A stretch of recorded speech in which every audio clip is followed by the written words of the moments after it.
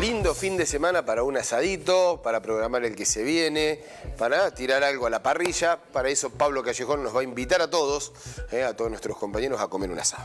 Bueno, ahí estaba sacando cuentas. Mi sueldo dividido por... ¿Cuántos somos? Y somos muchos, como 30, somos Pablo.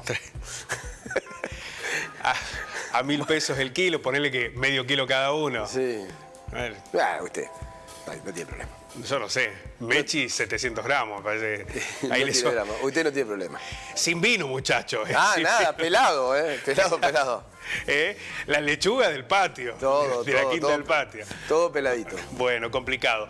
La sube el precio de la carne, que se ha incrementado por encima de la inflación, no solamente ha provocado una caída en las ventas, sino una merma directa en el consumo, que es el más bajo en los últimos 20 años en la Argentina. Hoy tenemos el consumo de carne más bajo de las últimas 2 décadas. ¿Tiene que ver con un cambio de consumo? Bueno, podemos encontrar algunos elementos. Hay un mayor consumo, por ejemplo, de la carne porcina y de la carne de pollo. Pero evidentemente explica una partecita del problema. Sí, claro. La central tiene que ver esencialmente con los altos costos. Porque además, y esto es muy interesante el informe que vamos a revelar, los cortes que más subieron son los populares. Es decir, está impactando el precio aún más en los cortes que utilizan los sectores más vulnerables, ¿no? Exactamente. Pero vamos a hablar en detalle. El precio de la carne vacuna trepó el 6,1% en mayo, según el informe del Observatorio de Precios del CEPA.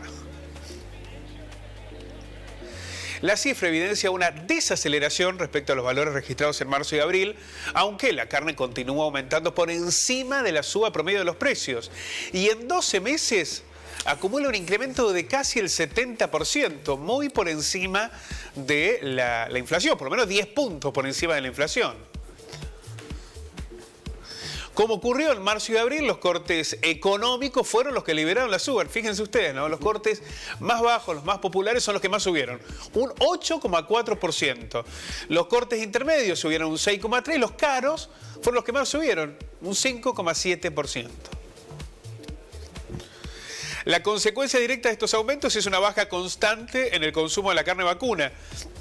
Según el monitor ganadero anual de la Bolsa de Comercio de Rosario, el consumo per cápita de carne vacuna se ubicó en abril en 46 kilos por habitante por año, cuando llegamos a tener hasta 65 kilos, ¿no? Claro, un descenso pero muy notorio. Muy fuerte. Es el más bajo de los últimos 20 años.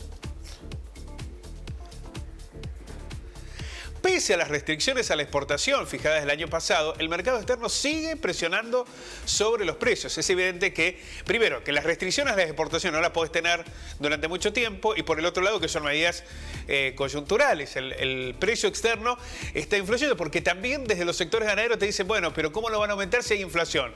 El problema es que la carne está aumentando por encima de la inflación.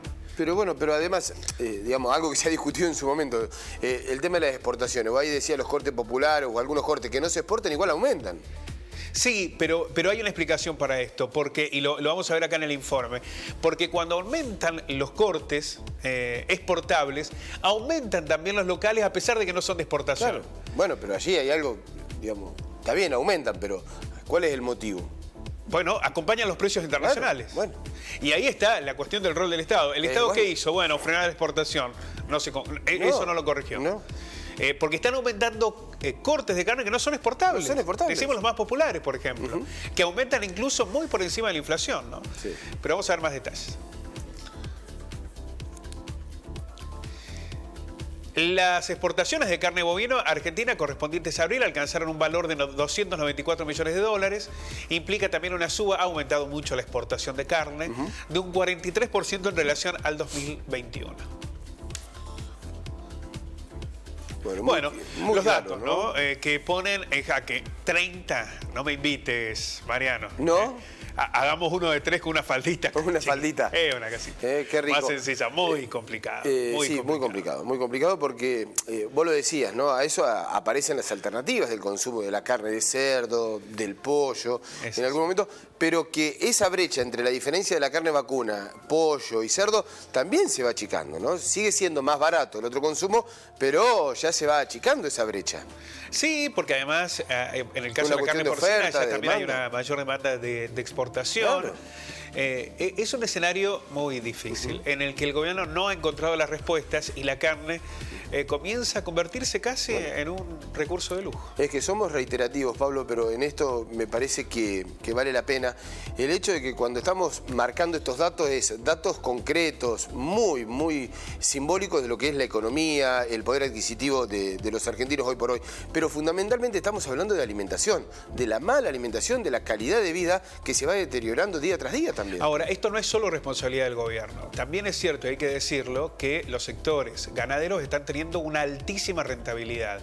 Maravilloso que así sea, ¿no? Hay muy buenos niveles de exportación y hay también muy buenos precios que están favoreciendo al sector ganadero. Es fantástico, sí, porque aumenta la producción, aumenta la exportación y se necesitan dólares. Pero en esa tensión entre uno y otro también hay que garantizar la mesa de los argentinos. Un abrazo. A ustedes.